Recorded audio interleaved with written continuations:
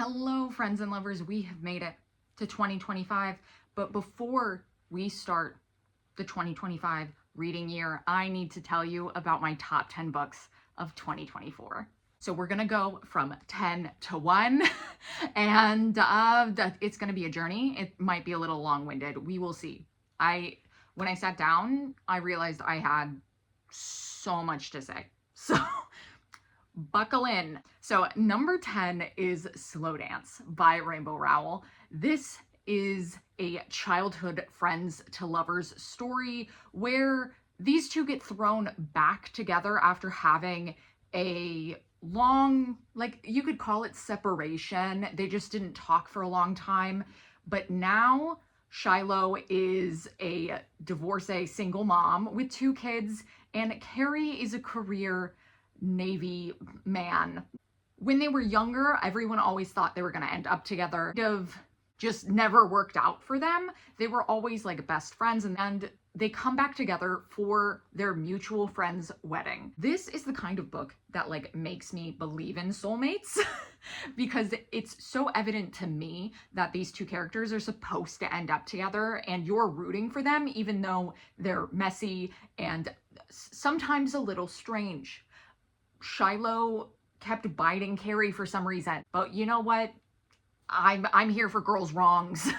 I got so emotionally invested in this story that I literally, after I finished, I was just listening to Speak Now by Taylor Swift on repeat to really capture all of the emotions. And the song Timeless just like really sunk into my bones because I just feel like that's them. Like it feels like no matter what these characters go through, that they have this like inevitable connection, whether it be friendship or romance throughout their lives. Like they're just supposed to mean something to each other. I just firmly believe that these 2 people were going to come together in some way. And oof. Moving on to book number 9, of course we have The Prisoner's Throne by Holly Black. This would not be a Jana's top 10 favorites video if we did not mention some Holly Black.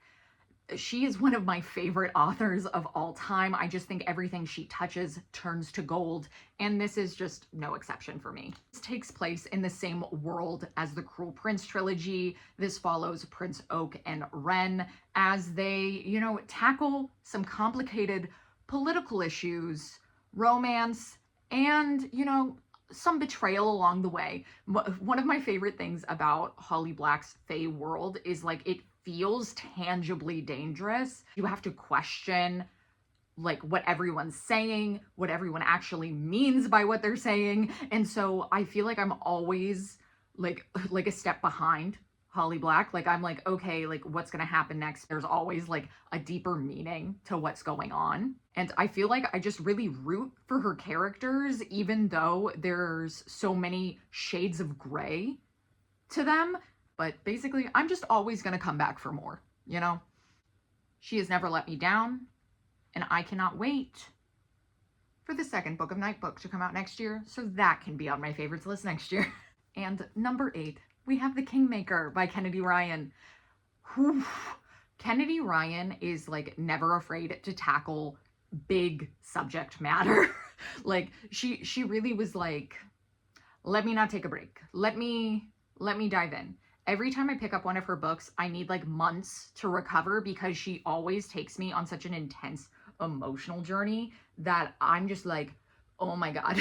I'm like, Kennedy, like I feel like it's been 6 months since I've read this. I feel like I might finally be ready to pick up another Kennedy Ryan. So in this romance, she kind of tackles really complex issues.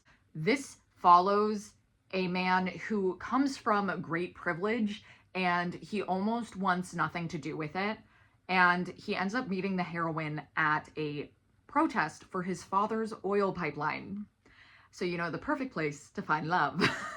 This follows the unlikely romance between 2 people who have like not that much in common. We tackle big questions together, and I feel like moral issues. And what I do enjoy about them is that like it makes sense why they're together, even though they come from such different backgrounds, because Lennox is a Native American woman who You know, she wants justice for her people, and she's also dealing with the fact that her mother went missing, as a lot of Indigenous women do go missing, and she just never has gotten any answers, which is also like really common. But what I love most about Kennedy Ryan's writing is that her characters are so deeply complex, and they're emotional characters, but they're also mixed with real world problems. You can tell that she put a lot of care and time into making sure her portrayal of Lennox like read true. Obviously, I cannot speak to the representation here, but reading her author's note, it just really moved me and showed me like how much she cares that she gets things right. So I loved this. I also I bought a physical edition of this immediately after I read it. I had to have it. She's beautiful. Number 7, we have The Unmaking of June Pharaoh by Adrienne Young. This follows a woman with a centuries-old family curse who wants to solve disappearance of her mother. And June is seeing hallucinations that she can't tell if they are real or not. What I love about Adrienne Young's adult books is they have this quality to them where they kind of read like a romance, but also they have like magical realism elements to them, but they just feel so real and so raw and emotional. So you just really connect with all of the characters. And I literally keep thinking about this book. There's scenes in this that I feel like I can literally see in my mind. And there is just like a delicious romance in this with like the strong silent type guy, and it's just, I love it. And number 6 is Funny Story by Emily Henry. So of course, you know, you can't go a year without a 5-star read from Miss Emily Henry. So I won't wax on it too much, but this is the story of Daphne and Miles, who come together after their partners leave them for each other. Daphne's ex-fiance kicks her out of their home so that he can move his childhood best friend to now lover into their home. So Daphne and Miles form like an unlikely partnership, and they start living together while they're both, you know, like really going through it, as like their years-long partner has left them. They're kind of like going through heartbreak together, and they also devise a plan to get back at their exes. So, you know, this is just Emily Henry goodness. If you've read Emily Henry, you know exactly what I'm talking about. I feel like the emotions, and also I love that she gets you so invested in not only the romance, but also like what the characters want in their lives. They're never just trying to figure out, you know, love. They're always tackling some big life choices and issues, and, you know, trying to navigate being an adult in this complex world we live in. So I love this. And next at number 5, we have my favorite romance of the year, which is Collide by Ball Cabra. And this is, of course, a classic setup of a book smart girl and the captain of the hockey team. So naturally, she has to become his tutor. So even though this isn't like a super original setup, like this isn't bringing something crazy new to the table, when I pick up a college age sports romance, this is exactly what I want.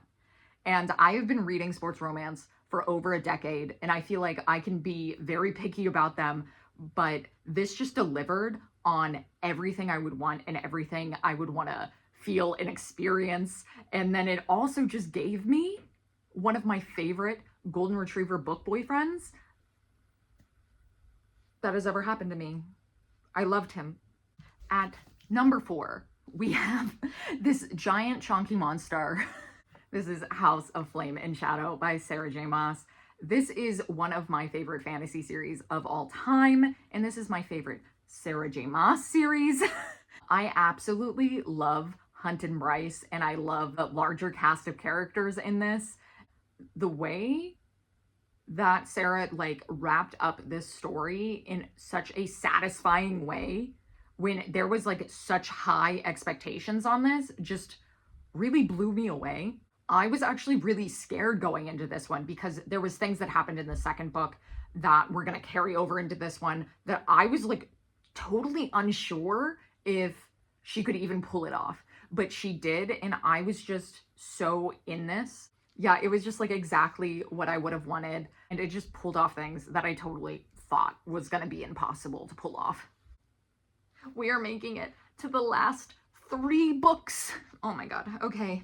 Did I literally just finish this yesterday on New Year's Eve? Yes, I did. It's Heavenly Tyrant by Zirin J. Zhao, and this is my number 3. This is a series that literally delivers like things that I absolutely love, like giant fighting robots, deep and complex political intrigue, and queer romance.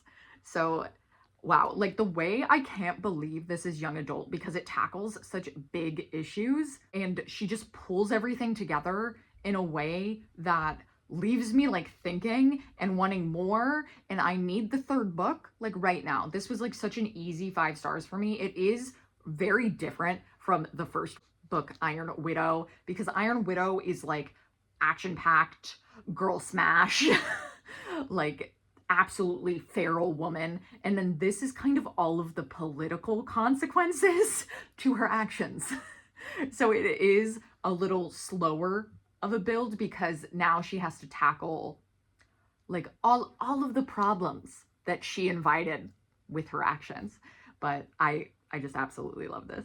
And then number 2 is actually 2 books, so I'm cheating a little bit here, but I finished Grainbone Saga, so Jade War and Jade Legacy are my number 2 spot. This is a complex mafia fantasy that follows a family who has a lot of power and like channels magic through jade stones. And it has like a mix of like generational storytelling because you really follow this family through, I think, like 40 years of, you know, their existence. They're kind of like struggling to maintain power because they're a very important family. I feel like Fonda Lee has this way of making me both absolutely love some characters and then hate some characters and then go back to loving characters. Even when I dislike a character, I appreciate what Fonda Lee's doing with them, and I just think she knows what she's doing, you know? Like she's absolutely smashing this. When I finished, I just felt like I was spiraling for days because it was almost like one of those experiences where you're like, wow, I just read something that's so good that like I almost don't want to keep reading because I've already read like the best books that are out there. Like what's the point? Oof.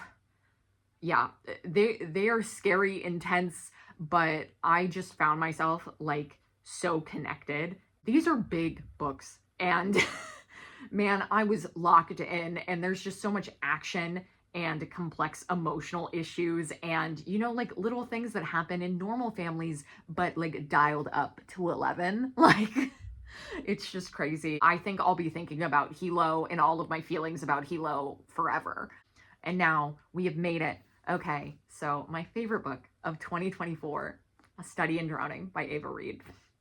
This is a dark academia with a stormy gothic setting. This follows Effie, who is an architecture student with a love of fairy tales. Her favorite author's historic home is in need of repairs, and there is this contest for architecture students to submit plans on how they would fix it.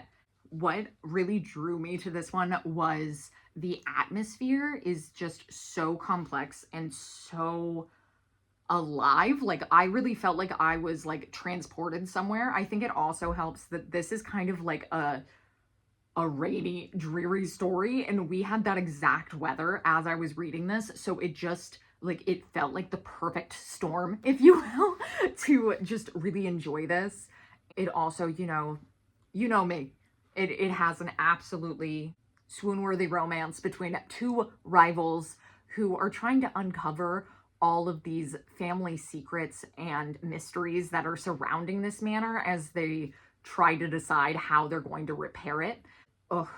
And it's just like such a fantastic mix of like fairy tales, what's real, what's not real, like mysteries, while also, you know, like I feel like the characters feel true to like their ages. Like these are college students. They're young and sometimes make like rash decisions or don't totally know what's going on and maybe go along with things they shouldn't or might be dangerous. I was just so wrapped up in this world. I've been thinking about it like every day since I finished it. This is my favorite book of this year.